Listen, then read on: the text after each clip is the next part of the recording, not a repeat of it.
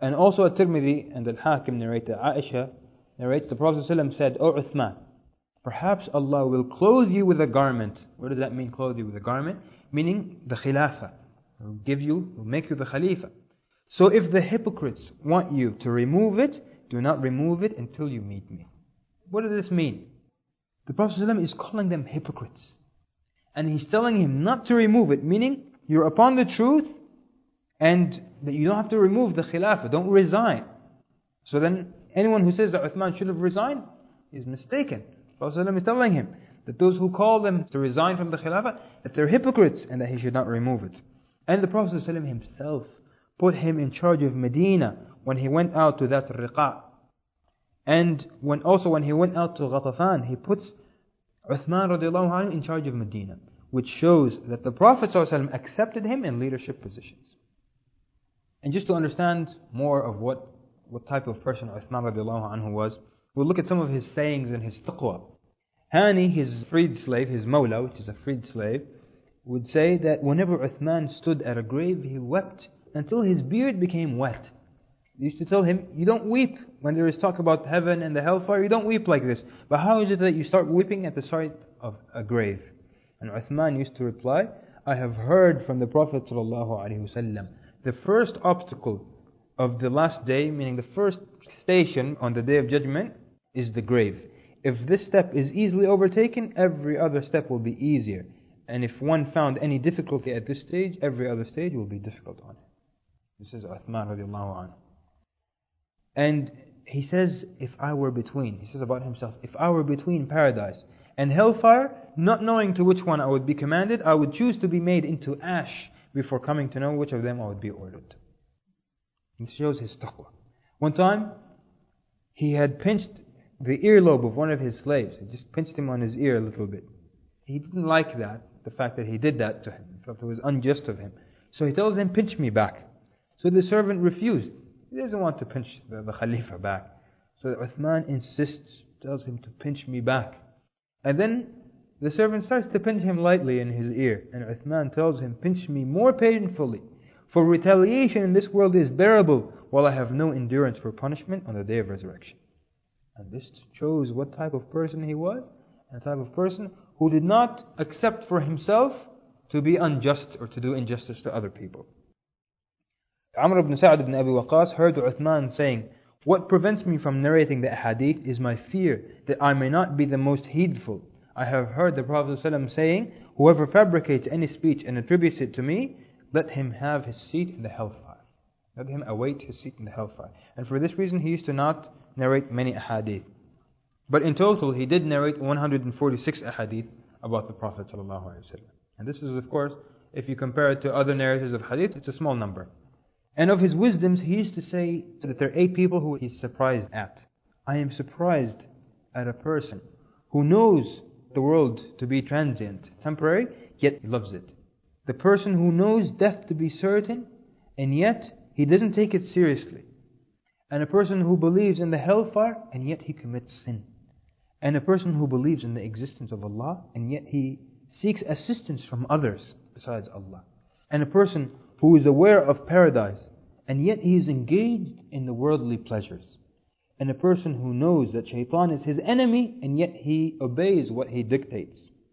And a person who believes in predestination and the divine decree of Allah, yet feels aggrieved when something happens to him. And he used to say that he is also surprised at a person who knows that the account will be rendered on the day of resurrection, and yet he hoards wealth. The companions of the Prophet ﷺ also used to say about him. Ali radiallahu anhu used to say about him, among other things, he used to describe Uthman as the most fearful of Allah. And Abdullah ibn Umar radiallahu anhuma used to say during the lifetime of the Prophet ﷺ, we used to let the people choose between Abu Bakr, Umar and Uthman. These are the companions now. And the people would choose Abu Bakr, Umar and then Uthman. So this was the order of excellence that the companions considered. Abu Bakr and Umar and then Uthman. And when he was elected Khalifa, Abdullah ibn Mas'ud said, we have elected the best of those who are still alive, and we did not betray. And Abdullah ibn Umar said, 3 men of Quraysh are the most handsome, and the noblest of character, and the shyest. If they tell you anything, they will tell you only the truth. And if you speak to them, they will not lie to you. Those are Abu Bakr, Uthman ibn Affan, and Abu Ubaidah ibn al-Jarrah. And Abdul Rahman ibn Hatib used to say, I have not seen amongst the companions of the Prophet ﷺ more complete or better in speech than Uthman, except that he was a man who feared to relate hadith. And we explained why he used to fear to relate the hadith. And Muhammad ibn Sirin used to say, he was the most knowledgeable of the rituals of Hajj, followed by Ibn Umar. He was one of the most knowledgeable of the people. We'll move now to the election of Uthman radiallahu anhu after Umar, the second Khalifa, was stabbed. The bay'ah was given to him 3 days after the death of Umar radiallahu anhu. And Umar, when he was stabbed, he chose the 6 men, and there came to be known as the 6 men of Shura. The Khalifa should be chosen amongst these 6 men. And he includes to them his son Abdullah ibn Umar, but he stipulates that Abdullah ibn Umar can't become the Khalifa. And these 6 men were Abdul Rahman ibn Auf, and Sa'ad ibn Abi Waqqas, and Talha ibn Ubaidullah. But Talha at this point was away. He was traveling and he was not there. And Ali ibn Abi Talib, and Uthman ibn Affan, and Zubayr ibn al-Awwam. Notice that these 6, all of them are from the 10 given glad tidings of paradise. And they are also of the people that the Prophet ﷺ was pleased with in his farewell khutbah. And this was 14 or 15 years ago, and Umar radiallahu anh still remembers. These are the people the Prophet ﷺ mentioned that he was pleased with in his farewell khutbah. So, during the 3 days that they're deciding on who is the next Khalifa, they have to appoint someone, of course, to lead the Salah. And who does Umar radiallahu anhu choose? He chooses Suhaib al-Rumi. Suhaib al-Rumi, of course, means European, not necessarily just Roman. So he chooses a European man to lead the Salah. Why is that? What's the wisdom behind that? For this man to lead the Salah for 3 days? He was a non-Arab. This is the wisdom, that he would not cause any kind of strife, or people say, why did he choose him, and so on. He chose a man who was European. So then Abdul Rahman ibn Auf volunteers to withdraw. He says, I don't want the Khilafah, I'm going to withdraw. Then he looks at Sa'ad ibn Abi Waqqas, who is his cousin, and he asks him, would you like to withdraw? And then Sa'ad says yes. And then, of course, Abdullah ibn Umar himself wasn't allowed. They said they can't choose him as the Khalifa. So then the ones left were Uthman and Ali and Zubair. So then Abdul Rahman ibn Auf tells him, would you be satisfied if I choose for you? And they said yes. So then Abdul Rahman ibn Auf goes to Uthman in private, just the two of them.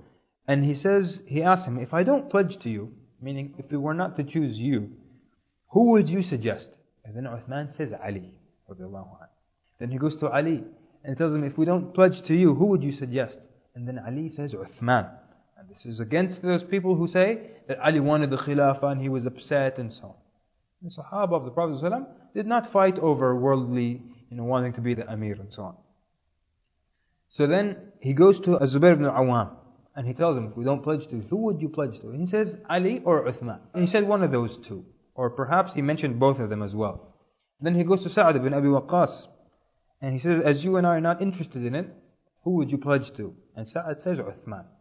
And then, so now most of the people want Uthman radiallahu anhu. Of the 6 of Shura, they want Uthman. And then he asked, so those 6 want Uthman, but he asked the rest of Medina. And he used to go to people, knock on people's doors and ask everyone if they're generally pleased with Uthman being the Khalifa. And everyone was pleased with Uthman being the Khalifa. Abdul Rahman ibn Auf says, for these 3 days, he says, by Allah, I have not slept. He's just going around, he's doing his job to the best of his ability. Didn't sleep for 3 days, asking people, knocking on people's doors, making sure they're okay with this Khalifa. Then the people pledged to Uthman radiallahu anhu at the masjid, and so does Ali and everyone else. And it was out of the mercy of Allah subhanahu wa ta'ala upon His ummah that after the difficulty of losing the Messenger sallallahu alaihi wasallam, that Allah chose for them a lenient and a gentle Khalifa as Abu Bakr radiallahu anhu. And after the death of Abu Bakr, a stern and strict Khalifa comes. And after the death of that strict Khalifa, Allah decrees that another Khalifa who is gentle with the Muslims will be put in charge. And this good treatment of this gentle Khalifa Uthman radiallahu anhu is what gave the opportunity for the fitna to spread. Now let's look at some of the achievements of Uthman radiallahu anhu. Abu Bakr radiallahu anhu ruled for 2 years. And Umar radiallahu anhu ruled for 10 years. And the length of the Khilafah of Uthman was equal to both of that of Abu Bakr and Umar put together. Uthman radiallahu anhu was the Khalifa for 12 years. And it's really unfair to not mention the first 10 years, because the problems only occurred in the last 2 years of his Khilafah. And most books only focus on these 2 years. And it's not fair to not mention all of the good that happened in these 10 years and only focus on the 2 years of fitna. And as we said, he's part of the rightly guided Khilafah. And if he were not a good ruler, he would not be part of the rightly guided Khilafah. Of the territories that were added to Islamic lands, conquest continued during the time of Uthman radiallahu anhu. And the Muslim lands extended from Tripoli, which is Libya, to Algeria, as far west as Algeria. And the Muslims entered the lands of Cyprus, and they went into eastern Turkey, and they went into Armenia, north of Dagestan, or in English called Dagestan, which is a region of southeast Russia, bordering on the Caspian Sea. And they also entered the area of Sindh, which is a region of southern Pakistan along the lower Indus River. And then they also conquered Ray. When we hear Ray, this is actually what is Tehran right now. Tehran in Iran, which used to be under Persian territory. And another important thing that happened during his reign is that there was no such thing as the Persian Empire anymore. He took care of the Persian Empire, destroyed it. And there were two superpowers in the world at the time, and before the Muslims. There was Persia and there were the Romans. And during the reign of Uthman radiallahu anhu, there was no such thing as Persia anymore. Destroyed the Persian Empire. And they sent the Romans out of Egypt, and they sent them out of Palestine. And there was much abundance of good during his time. Muhammad ibn Sirin says, wealth increased during the rule of Uthman. A slave girl could be sold for her weight in money, and a horse for 100,000 dirhams, and a palm tree for 1,000 dirhams. And Al-Hasan ibn Ali radiallahu anhu says, the provisions were abundant during the Khilafah of Uthman. And as the Khalifa, he used to lead the believers in Hajj 10 years in a row. We said he was the Khalifa for 12 years. 1 year was known as Amul Ri'af, which is people were stricken with nosebleeds. And Uthman radiallahu anhu also had this bleeding from the nose. So he couldn't go to Hajj that year. And the other year that he didn't go was when he was besieged in the same year that he was killed. He was besieged in his home and he couldn't go out to Hajj. And one of the other things that he did during his reign is he also expanded the Masjid of the Prophet ﷺ. This is the second expansion. And he built it with stones this time. And he put stone pillars in it, and he made a firm roof, not just branches of date palms and so on.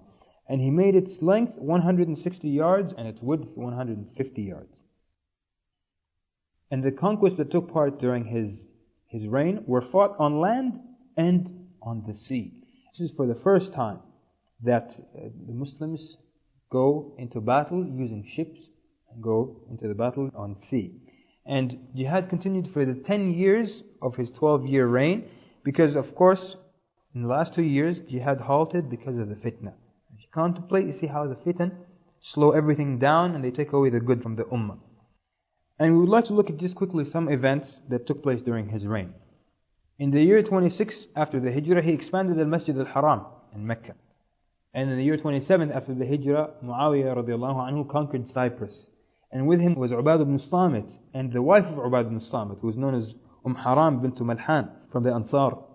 She had fallen off her riding animal and she was buried there, just as the Prophet ﷺ had made dua for her. The Prophet ﷺ mentioned this army entering this area of Cyprus, and she asked the Prophet ﷺ to make dua for her, that she's amongst them. And he made dua for her, and she went there and she died and she was buried in Cyprus. And in the 28th or 29th year, he expanded the masjid in Medina, and he built it, as we said, with stone this time.